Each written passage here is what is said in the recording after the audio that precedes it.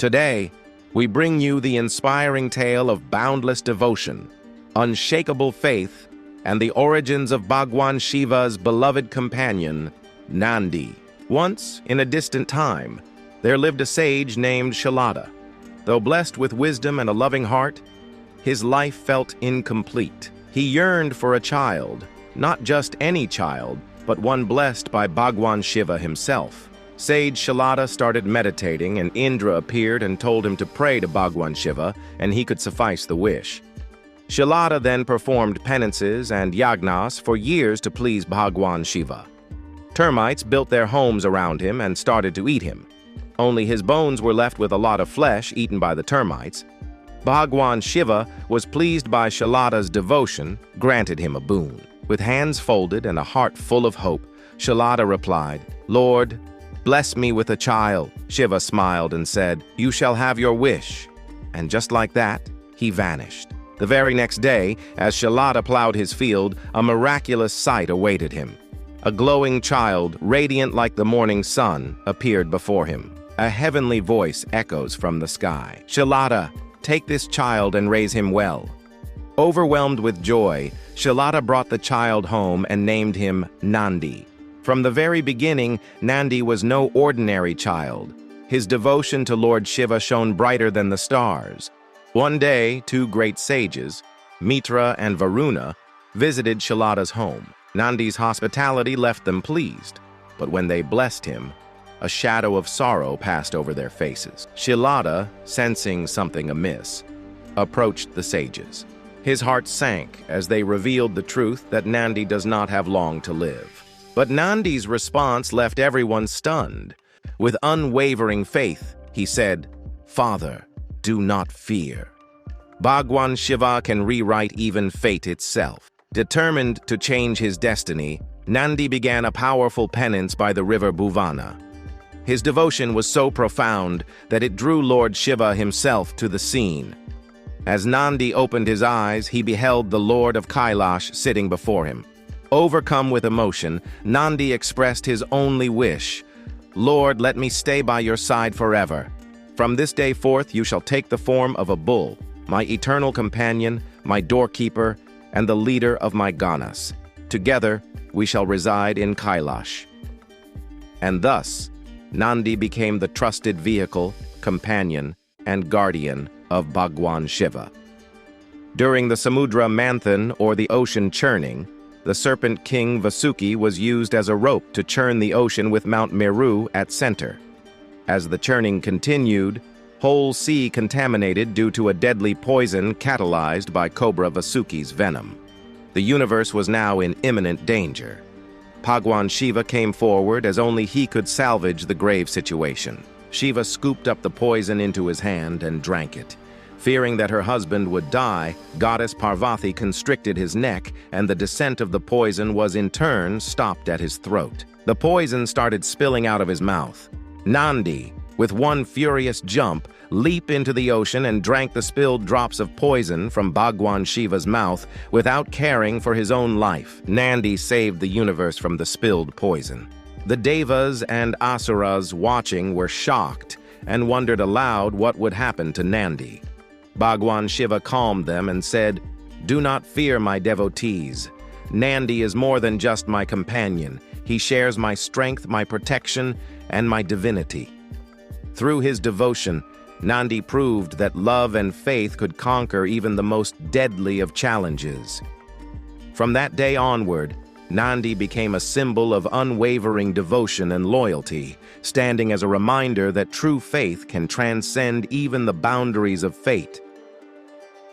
After winning a war with his half-brother Kubera and seizing the celestial Pushpak Viman, Ravana, the 10-headed demon king of Lanka, embarked on a triumphant journey back to his golden city. En route, he was mesmerized by the majestic sight of Mount Kailash, the divine abode of Bhagwan Shiva and goddess Parvati. As Ravana attempted to soar over Mount Kailash, he found something was preventing his Pushpak Viman to soar over Mount Kailash. Confused and annoyed by this obstruction, the Pushpak Viman falls freely at the base of Mount Kailash. Arrogant Ravana decided to investigate the cause of this obstruction. Upon reaching the base of the mountain, Ravana encountered Nandi, the sacred bull and loyal gatekeeper of Kailash. When Ravana demanded an explanation for his inability to pass, Nandi informed him that Lord Shiva and goddess Parvati were engaged in meditation atop the mountain, and no one was permitted to disturb them. True to his conceited nature, Ravana scoffed at Nandi's word. He derisively referred to Nandi as a monkey face, belittling Shiva's devoted attendant. Unwilling to heed Nandi's authority, Ravana attempted to force his way onto Mount Kailash. Incensed by Ravana's insolence and derogatory remark, Nandi pronounced a curse upon him. "You have mocked me by calling me a monkey. One day, monkeys will be the cause of your destruction." This curse would later manifest during the events of the Ramayana, when Lord Rama, aided by the Vanara Sena, the monkey army led by Hanuman and Sugriva, would defeat Ravana, bringing an end to his reign of terror. Undeterred by Nandi's curse, Ravana's arrogance knew no bounds. Ravana determined to showcase his might, he resolved to uproot Mount Kailash itself. Exerting his immense strength, Ravana began to lift the sacred mountain, causing it to tremble violently. Startled by the sudden upheaval, residents of Kailash started running in fear. Goddess Parvati told Bhagwan Shiva to stop Ravana. However, the omniscient Shiva, serene and composed, decided to teach Ravana a lesson in humility. Bhagwan Shiva, with his Viswarup, grew larger, and with a mere press of his toe, Bhagwan Shiva pinned Mount Kailash firmly in place, trapping Ravana beneath its colossal weight. The once mighty king of Lanka, now helpless and in excruciating pain, cried out in agony. Realizing the folly of his actions and knowing the greatness of Bhagwan Shiva, Ravana undertook severe penance to appease Lord Shiva. Over 1,000 years, he sacrificed his own heads one by one, all while composing and singing hymns of praise, including the legendary Shiva Tandava Stotram. Moved by Ravana's unwavering devotion and sincere repentance, Bhagwan Shiva forgave him and granted him boons of immense power, and also granted him Chandrahasa, the indestructible sword of Bhagwan Shiva. However, Nandi's curse remained irrevocable, ensuring that Ravana's arrogance would ultimately lead to his demise. This timeless tale serves as a profound reminder of the negative consequences that arise from excessive pride or arrogance. While Ravana's pride brought about his downfall, it was his genuine repentance and devotion that earned Shiva's forgiveness. Nandi's loyalty and his consequential curse played a pivotal role in shaping the destiny of Ravana and the epic narrative of the Ramayana. The story begins on Mount Kailash, where Bhagwan Shiva was imparting the sacred knowledge of the Vedas to goddess Parvati. The divine couple spent years immersed in this learning. However, during this prolonged session, Parvati temporarily lost her focus, and this slight lapse enraged Bhagwan Shiva. In a moment of anger, Bhagwan Shiva cursed Parvati, declaring that she would be born as a fisherwoman on earth. As the curse took effect, Parvati vanished from Kailash. Bhagwan Shiva regretted his actions deeply for the curse given to Parvati. He became consumed with sorrow, longing for his beloved wife. On earth, the infant Parvati materialized beneath a tree. She was discovered by the leader of a fishing community, who lovingly adopted her and raised her as his own daughter. He named her Parvati, and as she grew up, she became a bold and free-spirited young woman. Parvati became an expert at rowing and fishing, earning the admiration of her people. Despite her humble life, she carried the divine essence of the goddess she truly was.